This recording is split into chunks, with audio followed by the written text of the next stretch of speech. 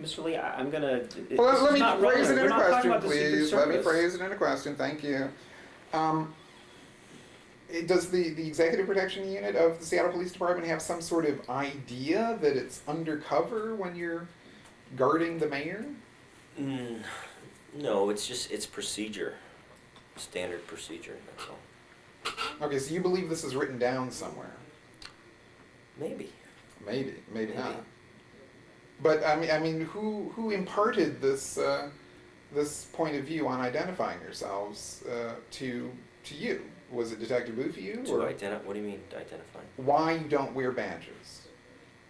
I'm not sure why. I think there's a certain amount of anonymity with working executive protection, and you don't want to draw attention to yourself, and badges and shiny objects draw attention. You might know who the mayor is, but somebody else from another city might not know who the mayor is, or somebody from Bellevue might not even know who the mayor is. Don't want to draw attention to the protected person. A uniform would draw attention. I'm not following your logic, but let's look at the event on September 7th, 2005. There were lots of people there, and many of them, of course, were Greg Nichols supporters. But there might be someone who, like this Garrett character, wanted to punch Greg Nichols in the nose, right? That's the danger you always have to be aware of. Right. If he saw a couple of guys, if this potential terrorist or assaulter saw a couple of guys standing around Nichols that had little badges on, wouldn't that be of practical value? In warning away? I mean, you don't want to encourage violence, do you? It might have been practical to have, in hindsight, to have a uniformed officer at some of these occasions, if you know there's a certain threat that's going to occur. Was there a certain threat that was going to occur on September 7th, 2005? In hindsight? Well, one of the strange things that possibly, I would assume you're aware of this, but you might not be, is that Mr. Lee received an invitation to this event. I was not aware of that. So no one told you that the dreaded Mr. Lee, that character from the 23rd and Jackson event a month before, was likely or somewhat likely to appear on September 7th? I can't recall. Oh, so there may have been some pre-event planning concerning Mr. Lee, but you can't recall? I can't recall. Okay. Is this a picture of you? I don't know. I can't see it from here. Do you have any idea why they would block out your face in a photo like that? I have no idea.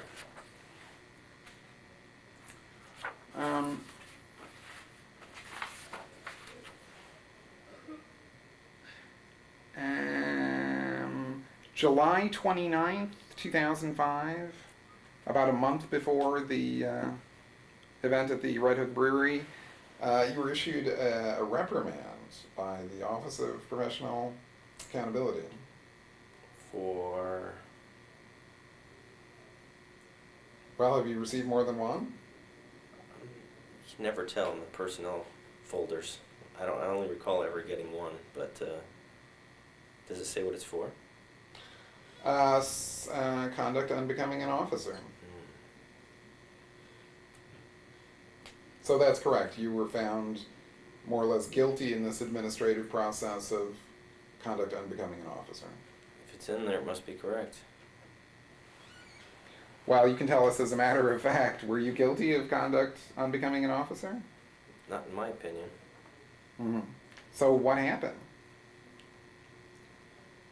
Do we have to talk about this?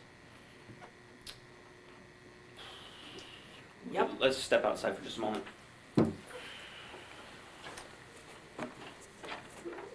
The reprimand was 5 weeks before the event. And the time now is 2:30. We're going to pause. Okay, the time is 2:31 and 13 seconds. Very brief break in the hallway. Before Officer Foxnarius, I just want to correct the fact that Mr. Levy used the term guilty, which implies a criminal connotation. This is not a criminal action. It was a professional action in the nature of basically a city employee. It was not a criminal finding. It was not a criminal investigation or a criminal charge. So that being the case, can you answer the question, officer? Yes. Myself and several Department of Corrections officers were on patrol in Belltown, and there was a black male who was standing in the middle of the road looking down at the ground. We had a green light. There was a black female and a black male to the south of this gentleman who was in the street. We drove up to him, waited a few moments. I wasn't driving. And then I believe the driver hit the horn, and this gentleman looked up, spit at our windshield, and gave us the middle finger and cursed at us several times. And he refused to get out of our way. So we decided to get out to investigate to see what was going on. And we got out and contacted him. And these gentlemen accused me of using excessive force on him. He was arrested for pedestrian interference. Oh, what kind of force did you use on him? No force. You just gently put the handcuffs on him? Yes. He resisted arrest as well, though. But the amount he resisted arrest and the amount of there's a certain level of force that you have to use in order to use what's called a use of force statement. Even putting handcuffs on somebody is a level of force used. So the level of force I used did not rise to the occasion of a use of force statement to be written. Well, are you saying that your lack of filling out the form is what constituted? No, he alleged use of force. The original allegation was unlawful use of force. I see. And so was there verbal abuse that was alleged also, or am I misunderstanding that? There wasn't verbal abuse alleged. When I got out of the vehicle, there was a DOC officer who was in the back of the DOC vehicle. He had his head down, and he said, "What do we have?" And to preface this, the stop we had right before that was a stop on another gentleman who was very angry with us, and I can't recall if he got arrested, but he was a very angry man.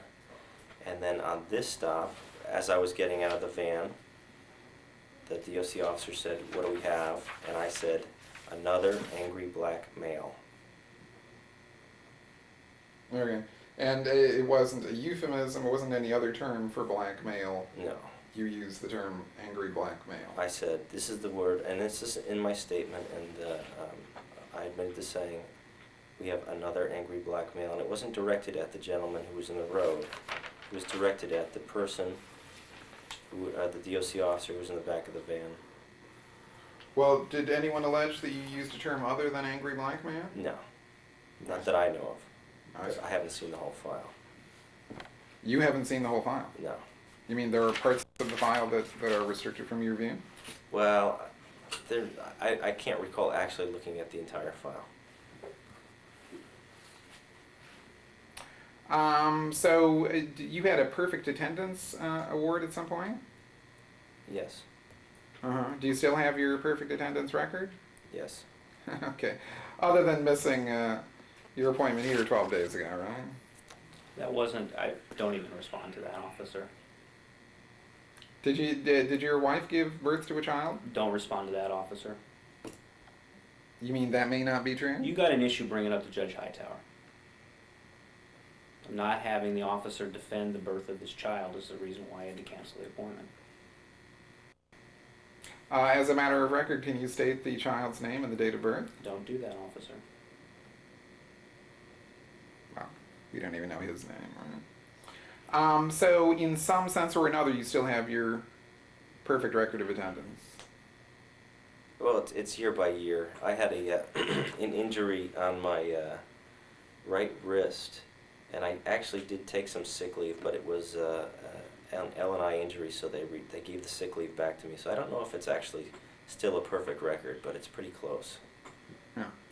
But you felt that this reprimand that came through just a month before the Red Hook incident was somehow unfair to your reputation. Yes, I did. So in a sense, at that time you were operating with kind of a deficit on your reputation.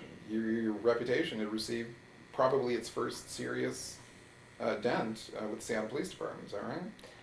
Actually, it's not a serious. It was a written reprimand, which means I couldn't even request a hearing with the chief, or I couldn't even ask any questions about it. It was just a slap on the wrist, basically. But still, Did you mean to say oral reprimand? That it was merely an oral reprimand? I think it was a written one. I think I had to actually sign for it. Uh-huh. Yeah. But, well, whether it was, you want to call it now a serious dent or a non-serious dent, was it the first dent in your reputation as a Seattle police officer? Well, it's not really a dent because nobody really knows about it except you. And, I mean, it's on file at the internal investigations, but it's not really an issue because when you look at the facts there, it's just doesn't really equal anything. Okay. Are you an officer in the Coast Guard? No, I'm not. Hold Have on you just been a an minute, officer Mr. in the Lee. Coast Guard? Mr. Leekman, hold on just a minute. I wasn't buzzed. I just want to check and see if that's our next witness. I'll be right back. Pausing at 2:38:18. Okay, restart at 2:38:41. And so, are you currently in the Coast Guard? No, I'm not. Have you been in the Coast Guard in the past? Yes, I have. And what was the years of your duty? 1998 to 2005. Okay. And then do you have some sort of residual duties or status as reserve, or are you just free and clear of the whole? No, I'm still in the National Guard. Oh, I see. So you're subject to the draft and all that, I mean, for Iraq. Are you? Draft? I'm not Whatever they're calling it, reassignment, redeployment. Are you subject to redeployment to Iraq? Sure. Yeah. And then is that based on your Coast Guard experience or based on the, you did have Navy experience also? Correct. And how many years was that? From 1990 to 1998. Mm-hmm. So at present, your sole employment situation is as a police officer for Seattle Police Department. That's correct, but I'm also in the National Guard. That too, right? And does that consume only a small amount of your time or a lot of your time? The National Guard? Yeah. 1 weekend a month and 2 weeks in the summer.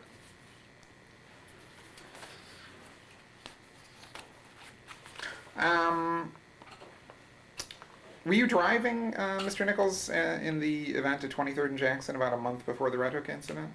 I can't recall. I might have been. I'm not sure.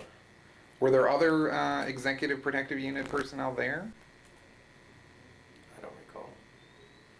Well, if there is only one Executive Protective Unit personnel assigned to a mayoral appearance, is that person always the driver? If there's only one? Yeah. Well, if he only has one person, one executive protection, I would assume that they would be the driver. And you can't recall any other Executive Protective person there that day? No. And again, we're talking about the 23rd July and Jackson, 23rd. right. And as far as the September 7th Red Hook Brewery occasion, how many Executive Protective personnel were there that day? I don't recall. I know I was there, and Detective Baffoon was there, and I can't recall if anyone else was there. But on some occasions, there are more than two of the Executive Protective personnel there? Yes. Uh-huh. Well, how many other persons are assigned to this unit? I don't have that information right now. That might be better directed at one of the permanent members of the unit. Well, do you know what the names are of the permanent members of the unit? like we discussed before, it was Joe and Rodney. Oh, I see. And then everyone else is, with the rank of officer, is considered, what's the best term, fill-in? Well, there's officers and detectives. Okay, so all of the officers are the fill-in sort of rotating cast? Not or- necessarily. You have your 2 permanent members, and the rest are fill-ins. And how many of those fill-ins would you approximate that there are? Not sure. I think Joe can give you the answer. Is one of these persons apparently Asian, of Asian descent, and probably about 5'8", looks to be about 30 years of age, was standing close to you through a lot of the event? I don't think so. I'm not sure. I don't believe there's an Asian gentleman. Not on the unit. Was that possibly Mr. Nichols' campaign manager? Possibly. Are we talking about the September? Yes. Okay. Do you know that person's name? No. Is it possibly Viet something? Maybe. That sounds familiar.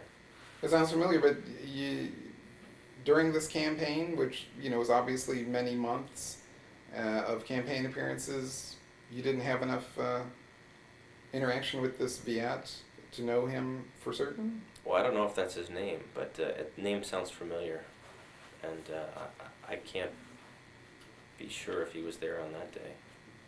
And so the Asian gentleman who may have been around 30 years of age, doesn't occur to you that you could identify that person at this time? Not for sure. You might be right, but I'm not sure. I think that question is better directed at Joe. He'll be able to answer that for sure. But you would say that you don't know of any Asian American appearing officers on the unit? I don't think so. Okay. And is there any possibility that there may have been a third personnel there from Executive Protective? There certainly might have been. Okay. Well, do you have any guesses as to who that third person might have been? No idea. Do you have any particular reason to believe that there was a third person? I just don't have any memory of if there was a third person. And is it your testimony that you had no real interaction with Joe Bouffiou on the subject of Mr. Lee? I mean, oral, written, intellectual interaction on who Mr. Lee is or in what way he ought to be handled prior to the September 7th incident? There certainly might have been, but I don't recall. And I know that when Joe had words with you, that I became much more aware of your presence then. Again, You you're talking mean- about on September 7th? Yes. Okay.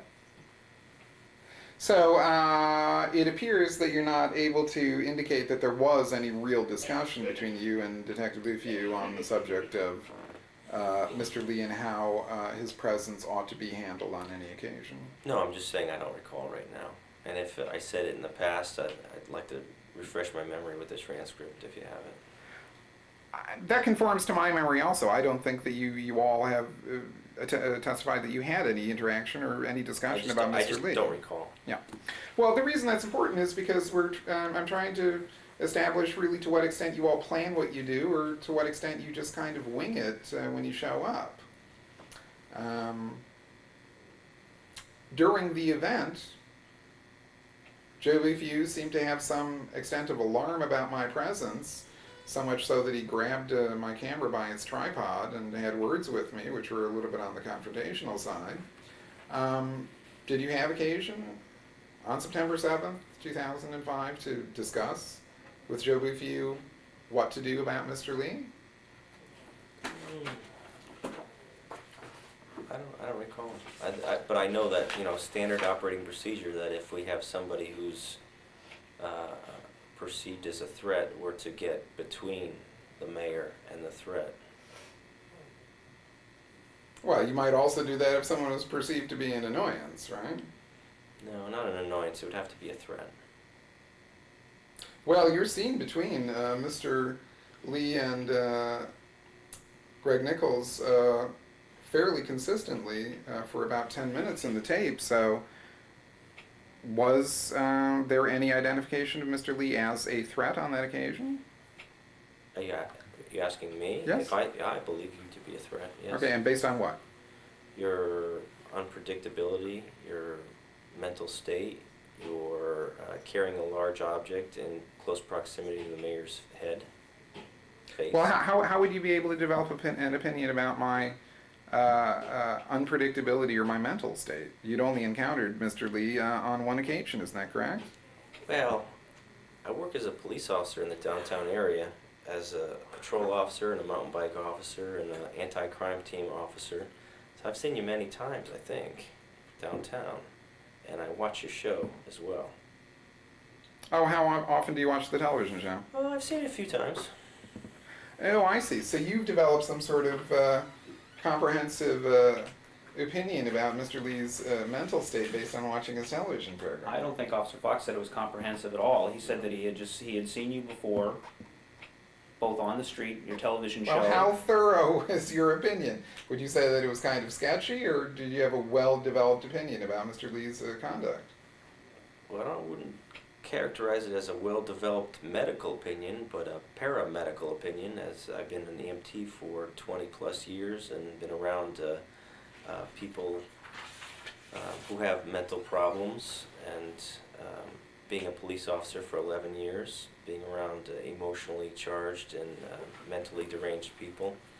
I might not Well, surely you're not accusing Mr. Lee of being mentally deranged. Let him finish his Might answer, not be- Mr. Lee. You asked him. Might not be mentally deranged, but somebody who's right there on the borderline. Certainly Really? an interesting character. And this is based on your experience as an EMT. And a patrol officer for 11 years.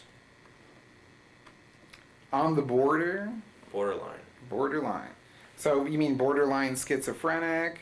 You know, that would be getting into the medical aspect of it. But I mean, obviously. that's a term that's used in psychiatry. Well, not When a you psych- say what do you Officer mean by Fox, borderline, sir? Mr. Lee, now you're arguing. What do with you the mean by officer. borderline, sir? I believe. Well, go ahead. Let him answer it. Let him answer. Borderline, somebody who, we have those who don't need medical assistance, like psychological help, and then you have those who do need psychological help.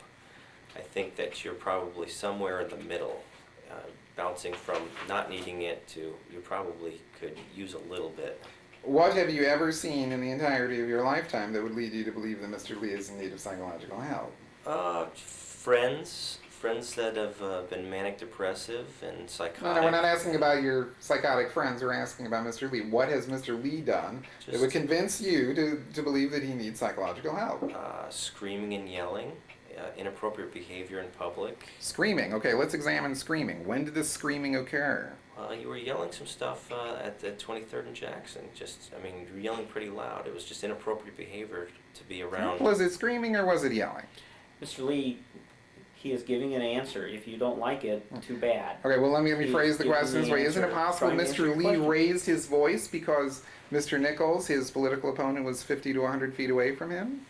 Isn't that the reason for raising the voice? Mr. Lee, you asked him what the basis of his opinion was. He's trying to give it to you. This is not a cross-examination of him. He can answer the question. If you don't like his answer, then Okay, well, I'll concede that Mr. Lee raised his voice at 23rd and Jackson. it's not, Mr. Lee, it's not an issue of conceding. You asked him a question. He is trying to answer it. You're not in a position Are to there tell him any what his answer any is. other incidents of screaming that you can refer to? Well, I've just seen unpredictable, emotionally charged behavior downtown when I was on a I was a mountain bike officer.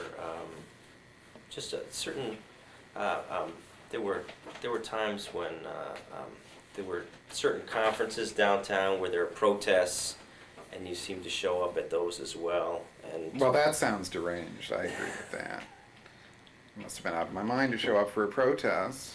Mr. Lee, Slap the cuffs on him and Mr. Lee, why do you don't insist upon spare this the is pepper not spray. an interrogation of Officer Fox? You No, it's an asked him a question. opportunity for him to defame me by calling me deranged. And If you don't like the answer, so be it. You're here to I'm interview probing. him. I'm probing No, about these you're outrageous arguing with him. statements. He's going to walk into court and talk about my psychological instability, in his opinion, based on being a guy that's learned how to stick an IV into someone's wrist and give them intravenous Mr. Lee, if you saline don't- water. If you don't want to hear the answer to his question, Which is all that you're fine, able to then do we in can this move state. on. So, gee, all of this background on Mr. Lee, you're watching the TV show, you're in the executive protective unit. Mr. Lee shows up. There's kind of a tussling incident with Joey Bufiu. And then, did you guys have a discussion about what to do next? What to do next? Drop your cocks and grab your Glock? This Is mayor. is that a question? Do you have I'm a saying question that there? that's what they're prepared Mr. to Lee, do. if They you don't are wear going to badges, ask- they wear concealed guns. Mr. Lee, They're ready you are for here action. to interview the officer. You can save your comments for your show or for Judge Hightower if she wishes to listen to them. But I am going to object to you basically asking a question of the officer and then making comments to him before he can even answer it. That's not how an interview is done. It's not going to occur here. Did you have Now, any interaction with Joe Bufiu on what to do next? I can't recall if we had like a little meeting, but it would have been standard operating procedures to try to if we perceived, and we did perceive you as a threat. I know I did. I can't speak for Detective Bufu, but so procedure would be to get in between you two to create some distance. And I know that this mayor, he's not going to be somebody that wants you taken away or anything like that. He wants to give as much personal freedom to people as possible. What do you base that opinion on? What I base that opinion is that he never says, "Hey, I don't want this guy here." He's really into personal freedom for the city of citizens for the city of Seattle. Even if it goes against executive protection, where we're like, well, maybe this guy shouldn't be here. Not you in particular, but if there is a threat, sometimes we're like, let's not be here. But he's not like that. Well, that sounds frankly hard to believe. So you cannot recall specifics about what interaction you may have had with Bufiu on what to do about Mr. Lee being there. Correct. And not to overburden you by asking it again, but are there generalities that you can indicate that were transmitted between you, Bufiu, and Nichols on that occasion regarding Mr. Lee? No. There are a lot of strange statements in these police reports, and yours are no exception. First of all,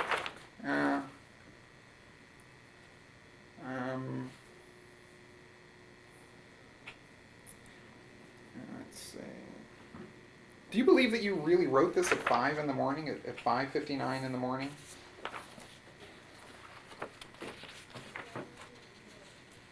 Where do you say 5:59? It's in the timestamp above statement form. No. The time would be on the first line there. It says 9/7/2005, and then right to the right of that, it says 20:48, which is 30 minutes after this occurred. Oh, I see. Well, it seemed to have gotten timestamped the next day. It got time, so that's probably time-stamped when it's received at SPD data. They're the ones that collate and make sure everybody gets the proper form. And earlier we were discussing thrusting, and in your statement you seem to doubtlessly indicate that Mr. Lee was each time thrusting his video camera and tripod within 2 feet of the mayor's face. So on multiple occasions that evening he was thrusting the camera and tripod within the mayor's face. Is there anything you would want to do to amend that statement? No. And you've seen the videotape of the incident? No. You've never seen the videotape of the incident? No. But it's been on Mr. Lee's show. Aren't you a regular watcher of Mr. Lee's show? No, I'm not. So you had no specific directive, you claim, from Nichols or Bufiu on how to conduct yourself when Nichols exited the event at approximately 8 p.m. When he left? Yes. I can't recall any specific. I knew which door he was going out, and we knew what to do. So Nothing about Mr. Lee, though? There was no specific about how to handle Mr. Lee? no.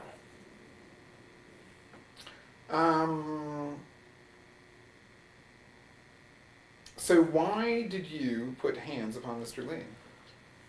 I opened the door, the mayor's car, and the mayor came over. This is, I guess you were up on the sidewalk and turned your light on and made some folks angry. And the mayor walked into his car. I shut the door. car started to pull away, and I got kicked in the back of the right leg, and I began to move toward the car's. The car was moving down the road, so I felt something behind me right as I got kicked, and I turned to my right, and it was you, and you kind of got underneath my right arm and got between myself and the vehicle. So that's why I had to put my hands on you. Well, that's a very elaborate description for something that I've never been able to sort out what you're really saying happened. Were you, would you say, for instance, you were walking backwards at any particular point? No, wasn't walking backwards. I was walking in the direction of the vehicle, so it would have been to the side to my right. Still not following you. In the direction of the vehicle, what does that mean? The vehicle's moving this way. I'm moving parallel with the vehicle. Okay, but that would mean if the windshield of the front windshield of the car is facing north, then you're facing north. I was not facing in the same direction that the vehicle's traveling in. I was Well, that would mean that you're walking backwards, facing, wouldn't it? no. If this is the vehicle here, and I let the mayor in the car, and I'm looking right at the side of the vehicle's moving this way, I'm moving to the side. I'm still not following you at all. Do you mean Well, that you can look- you would be you can watch. sidestepping? Like this. Like this. I see. Not like this. So, in other backwards. words, if the vehicle were moving north, you would be facing west. I don't want to get into directions of travel. I know that the vehicle's here. This is the side of the vehicle. Shut the door. I'm facing the vehicle, and I'm walking this way with my hand out. It's to the side. Why is your hand out? Because I feel something here, and I don't want that something to get in front of the vehicle. You feel something. Is that something that you're referring to, Mr. Lee? Well, I didn't see you kick me, but I felt the kick, and I turned around, and you were there. So, When did the kick occur? just shut the door, and I felt the kick behind me, and then it's when I began to move to the right. It all kind of happened simultaneously. Well, it didn't happen simultaneously, I can guarantee you that. But you're saying that the kick occurred after the door was closed, meaning that after the door was closed on Mr. Nichols. After Mr. Nichols got in the car, and the door was closed, and that's when I kind of felt the kick. Well, were you the person who was doing the closing of the door? I believe I had my hand on the door. I can't recall if he shut the door as well. He might have had his hand on the inside. I don't recall. But you were in some way involved in the closing of the door. Correct. And then, for some reason, well, I mean, was it a deliberate kick or was it not? I'm not going to get into the mental state of... Well, we're just asking about your perception. I don't know. I can't understand why somebody would walk off the sidewalk and then charge at me, because I heard the commotion behind me, and then attempt to get in front of, or at least between myself and the mayor's vehicle. You can't understand why someone would approach the mayor's... I cannot. I don't understand why you would Under say any that. circumstance, why anybody would do that. It seems to be an irrational behavior, in my mind. You're quite aware that Mr. Lee is a television producer. And would run out in front of a moving car. Well, that's another issue. Was Mr. Lee ever in front of the car? I was able to grab Mr. Lee before he got to the front right corner panel, the very front, and that's when I grabbed you and brought you back to the side. Are you honestly stating that's your perception that Mr. Lee was ready to throw himself in front of the vehicle? I didn't say throw. I said you were attempting to run in front of the vehicle, is what it appeared to me. So I was simultaneously approaching you at the passenger door, kicking you, and running toward the vehicle. The vehicle. Somehow- That's not, well, simultaneously, that's not, All within in the space of a few seconds, Mr. Lee runs up on you, kicks you in the back of the leg, and then runs toward the front of the vehicle in an effort to get in front of the vehicle. That's what it appeared like to me. If you were accidentally impacted on the back of your leg by Mr. Lee, and this was not a deliberate action, my understanding is that doesn't constitute assault. It constitutes an unfortunate accident. Well, Accidents are when you step on somebody's foot on the side of the road, but when you're walking out in the runway, or running out into the roadway, and then attempting to get in front of an executive protection person, and then getting in front of the mayor's, attempting to get in front of the mayor's vehicle and kick somebody, that sounds like assault to me. What do all of those things have to do with the intent to... Mr. Lee asked the question. He's allowed to give his opinion. I know he's allowed to give his opinion. This is an interview. We're not testifying. Well, now we have Ms. Sure. Naden interjecting. What particularly are you interjecting now, Ms. Naden? I just said, come on. Right. In other words, you're describing a lot of things, Officer Fox, that you somehow are indicating. I believe you laughed and said, I don't understand several times why Mr. Lee would be in the roadway. To any reasonable person, I think they would conclude Mr. Lee was in the roadway getting film for his TV show. Does that not add up to you? That may or may not be, but it's argumentative. Ask him a question. Why would Mr. Lee kick you on the back of the calf? I have no idea why. Do you believe that he did it deliberately? I don't know. You need to ask Mr. Lee that. I have no idea why. But if based on circumstantial evidence you are unable to conclude that he did it deliberately, then apparently there's a very strong argument here that may be wholly dispositive in this case, that there was no assault. There was just an accidental impact with the back of your leg, allegedly. I mean, have you been briefed on this at all, of what constitutes assault? Unwanted touching. I didn't want you to touch me. But if it's accidental? It's unwanted touching. Anything to interject, Mr. Kilpatrick? No. So unintentional, unwanted touching, in your view, is somehow constituting assault in this case? I'm sorry, you direct that question to me? I am. I'm not being interviewed here. The Seattle Municipal Court has the assault statute online. You can look that up. Well, are you able to cite specifically what it is that constitutes assault in this particular case? You are, after all, listed as an investigating officer. I told you, any unwanted touching. Even if it is accidental. That's up for the court to decide and the jury. So But you have no particular opinion on whether it was accidental or not. Is that correct? I don't know. I didn't say anything. Don't point your finger at me. Well, let him answer. He does not know whether he has an opinion as to whether it was accidental or not. That sounds a whole lot like he doesn't know whether it was accidental or not. Well, Mr. Lee, you Was can put there words any- in his mouth all you want. He'll stand by his answers. Well, then obviously I need to reiterate the question. No, I think he's answered it. Did Mr. Lee deliberately impact your leg? I have no idea. Thank you. You'll have to ask Mr. Lee. And as an investigating officer, you feel totally comfortable in pressing this case regardless of whether you have an opinion as to whether it was accidental or not? Officer Fox doesn't press the case. The filing decision to go forward is not his. Investigating Officer P.J. Fox, Investigating Officer S. Stevens. They're both listed as investigating officers. They investigate the case. Did Mr. Lee assault you in any other way? When I grabbed a hold of Mr. Lee, he resisted and began screaming and yelling and cursing. Okay, but assault, sir. Well, it's a kind of resisting arrest, and then he finally wanted to see my badge, and I showed him the badge, and that's when he kind of calmed down a little bit. Okay, I'm really sure you didn't answer the question. Did Mr. Lee assault you in any other way? Struggling is not assaulting, so no. The answer would be no. And did you put hands upon Mr. Lee prior to identifying yourself as a Seattle Police Department officer? Yes, I did.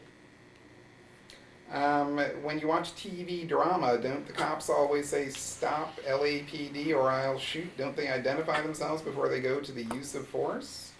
Well, it wasn't really a use of force, because I actually may have saved your own life by stopping you from running in front of a moving vehicle. You might have gotten run over. Oh, I see. You attacked Mr. Lee to save his life. I don't believe he characterized it as attacking. You asked him if he put hands on you. You put hands on Mr. Lee to save his life. I said I might have. Well, I'm not sure what might have means. You mean that you did only put hands on Mr. Lee for the purposes of ensuring his own safety? No, that's not true. Well, why did you put hands on Mr. Lee? To stop his movement, he was going for the front of the vehicle, perhaps even in front of the vehicle, stop his motion from going in front of the vehicle and getting him out of the roadway sitting him down on the street, on the sidewalk. Well, why was it so vital at that particular point to suddenly put your hands upon Mr. Lee in order to stop him from possibly going in front of this vehicle? I think he's answered that question. No, I'm not understanding at all. What you mean that?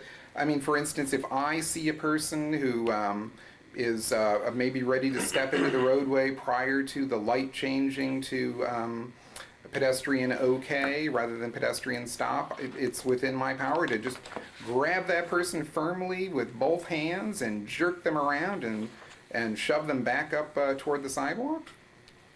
Well, if you as a police officer, if you step in front of a moving vehicle, you're guilty of pedestrian interference. So, If a police officer steps, or you're saying a police officer sees that as... right. So that's one crime. But I mean, we're talking about executive protection here. I don't want you in front of the mayor's vehicle. I want you on the sidewalk where you're safe.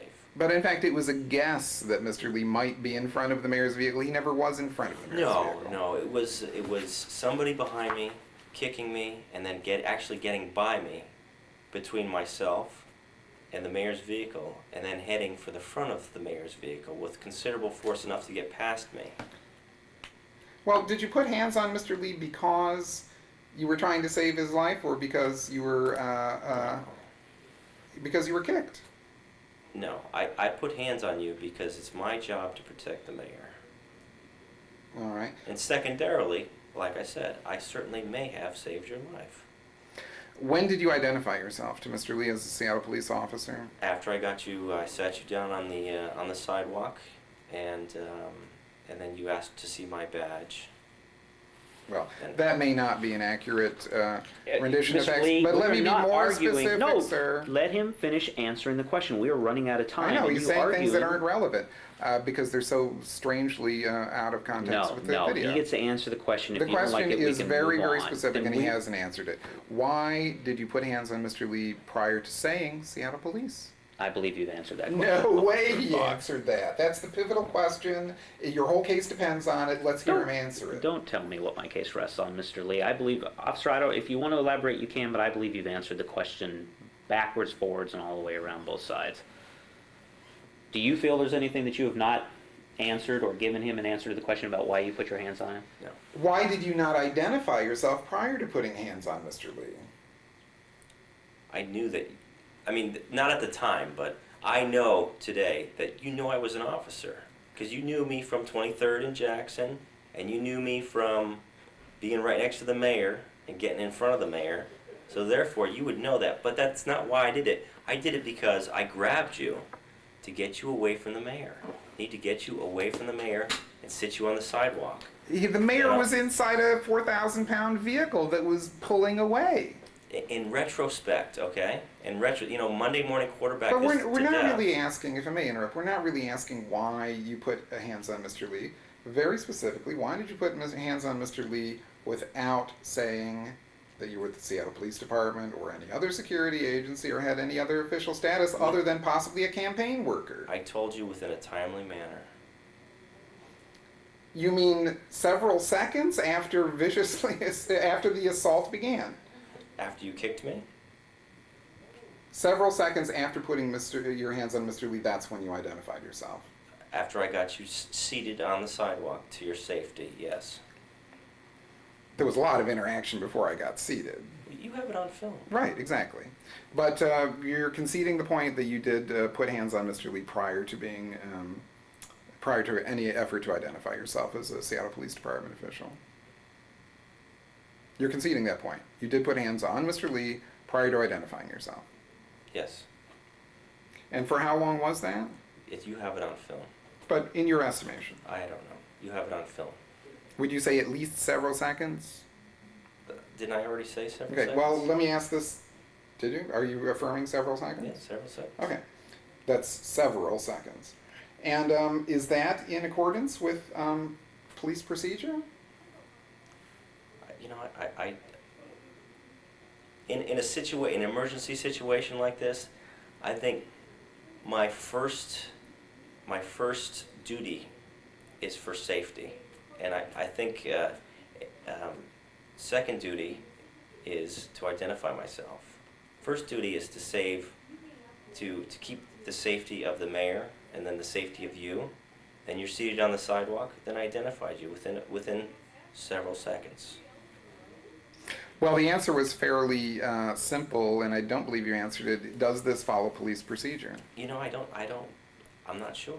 If it says you immediately, if it says you have to identify yourself within 3 seconds, I'm not sure if it says that. You're not sure at all if it says that. In other words, no, you need isn't need to identify yourself, and I did.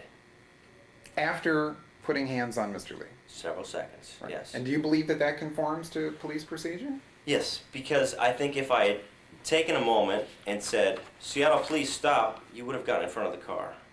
Well, didn't Mr. Lee have a chance to utter the words, "Get your fucking hands off me," before you identified yourself as a police officer? I don't recall. I'm sure it's on the film, though, with lots of other expletives. Yeah, but if Mr. Lee had said, "Get your fucking hands off me," before you ever identified yourself, that pretty clearly establishes that you had your hands on him and that there was a pretty dramatic tussle going on, right? Well, it wasn't a dramatic tussle. I stopped you from going in the road. Well, I stopped you from going in front of the mayor's vehicle. When did you discover that you had been assaulted in the back of your leg? Shortly, well, I felt it, so I felt it at the time. Mm. Do you believe that the tape shows you making any accusation of assault against Mr. Lee? The officer hasn't seen the tape. Do you believe that in that incident, I in don't- the 5 minutes following your grabbing Mr. Lee, that you accused him of assault? It would be inappropriate for me to accuse you of assault. You were very excited. I didn't want to talk to you almost at all until I had backup there. Well, did you indicate for what reason you were restraining Mr. Lee? I don't recall. So, I mean, when you assault somebody, when you grab someone very firmly, as a police officer, aren't you supposed to indicate why you're doing that? Didn't I tell you? Oh, to save my life. Is that what you're saying? No, didn't I tell you? I haven't seen the video. So what did I say on the video? You give no indication whatsoever as to why you were putting hands on Mr. Lee. There's no indication whatsoever. In fact, Mr. Lee accuses you of assaulting him in a criminal manner because you had no justification for doing so. And you don't respond, "I did it because you kicked me." So if we look at the 5 minutes following your first putting hands on Mr. Lee, Right. we will not find in the video you're making any claim as to why Mr. Lee has been assaulted or touched by you in any way. There's no claim. Did the transporting officer tell you why you were arrested? Well, what we're trying to That's right. establish is when you came up with this assault story, it wasn't in the first 5 minutes. You didn't inform Mr. Lee, and this was because you didn't want him in an excited state to be Exactly. further concerned about the reason that he was assaulted. Am I summarizing that correctly? Not really. I didn't want to talk to you at all because I felt that it could further raise your excitement. I waited till the primary, well, not the primary officer, but the transporting officer got there. And then I'm sure that the transporting officer told you why you were under arrest. And when were you photographed? I'm not sure. The unit that took the photograph, I'm sure that's a matter of record. I kind of suspect it's not. Who were the people who took the photographs? The Seattle Police Department photographic unit, Okay, where is that located? 2200 Airport Way South. So you went to that facility to be photographed for this case. No, I did not. Where were you photographed? Well, I was photographed there, but I didn't go there with the express reason for being photographed. I went to the evidence unit for another case, and somebody came up behind me and kind of reminded me about the back of my leg, and it refreshed my memory, because there wasn't a, after the initial kick, there was a red mark there, and then it became black and blue. That's when I went. Well, I'm not understanding. Were you wearing shorts at the time that this person approached you? Yes, I was. And how long after the incident was this? I'm not sure, but I'm sure that the photographic unit has record of it. Can you recall the name of this person that had this extraordinary moment in this case? No, I can't. Do you know the person's rank? No. Do you know the person's job category? No, I have no recollection of who it was. So you're down there on South Airport Way in shorts for some completely different case at a time that you can't even determine or recall. It can be determined, though. Well, It can be well, determined. the because photograph isn't dated. well, I know, but it's the file. When they take a photograph and save it, there's a date stamp on it. So there will be a date stamp on it. Not in any photograph I've seen. How many photos do you think you've seen of this injury? 1, 2, maybe. 1 or 2. Right. Do you believe that any of those clearly identifies it as the leg of Officer P.J. Fox? It's my leg. Well, I know. It looks a lot like everyone else's leg. Do you think that I mean, there are no photographs where you hold a badge next to it, Right. or maybe a little thing on a piece of paper that says Officer P.J. Fox's leg. It's just a leg, right? I'm sure that we could, if we had some forensic person, they could determine it was my leg just from. Well, I think you're being sarcastic. I'm actually not being sarcastic. I'm sure that somebody can look at it and determine, because I have scars on the back of my leg, and I'm sure somebody can determine that those scars are in fact my scars. You need to take a close look at that photograph. It's not done in a very revealing manner. It's kind of blurry and kind of high contrasty. And what kind of scars, how long do you think your scars are on that part of your leg? I know I have a dog bite, I think, on the back of that leg. Would that be a series of sort of pinprick type No, wounds? and then there's freckles too that on your leg that are particular to every person. So. Well, but you're not testifying that you've examined the photographs and you know that in fact the freckles on that leg match yours. No, I'm willing to testify and swear in open court that that photograph is of my leg. And it was You're willing to taken- show your leg in court? You bet. Do you know the name of the personnel who took the photograph? No, I do not. But it's easily discoverable by just asking the photographic unit. Do you have any record of the photograph being taken? Did they give you copies of the photographs? No, I believe a copy was made and forwarded on to the prosecutor's office. And to your knowledge, there was 1 or 2 photographs? Initial, I just can remember 1, but there might have been more than 1 taken. I don't know if they retained, how many they retained, or if it came out, if it developed well. I'm not sure. Were they taken with a Polaroid camera? Not a Polaroid. I believe they were taken with one of the newfangled electronic cameras. You mean a digital camera? Digital camera. So in other words, something that doesn't use the chemical type of film? I think so. I'm not sure, but I I'm think not sure. so. Right. And do you believe that there was some sort of ruler that was involved? There might have been. Might have been. And you were only photographed on 1 occasion? That's correct. And could you give an estimate as to when that was? A couple days after. Oh, now you're remembering that it was a couple of days after. It was a couple of days after.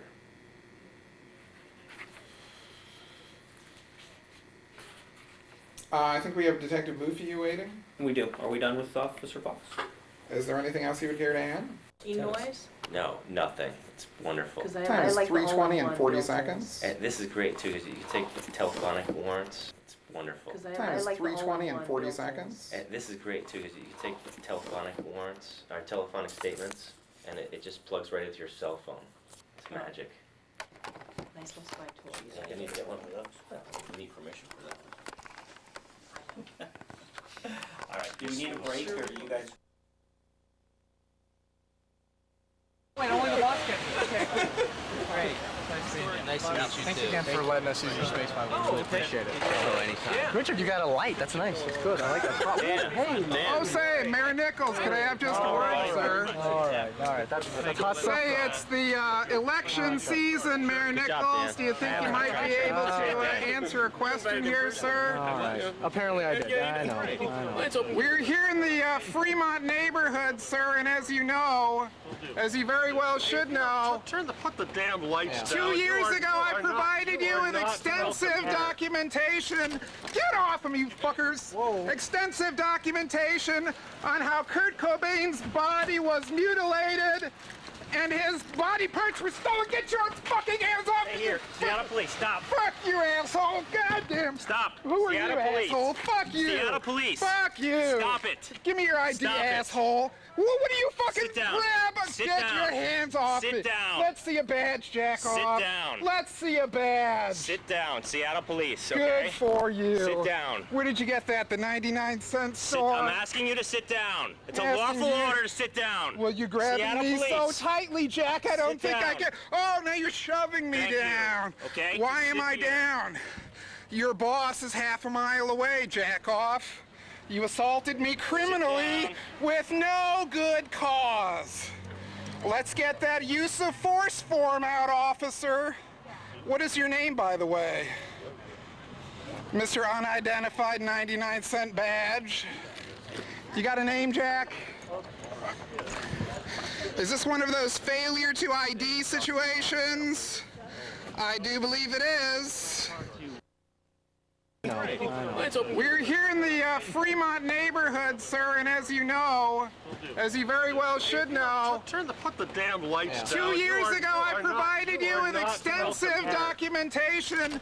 Get off of me, you fuckers! Whoa. Extensive documentation on how Kurt Cobain's body was mutilated and his body parts were stolen. Get your fucking hands off me! Here, Seattle Police, stop. Fuck you, asshole!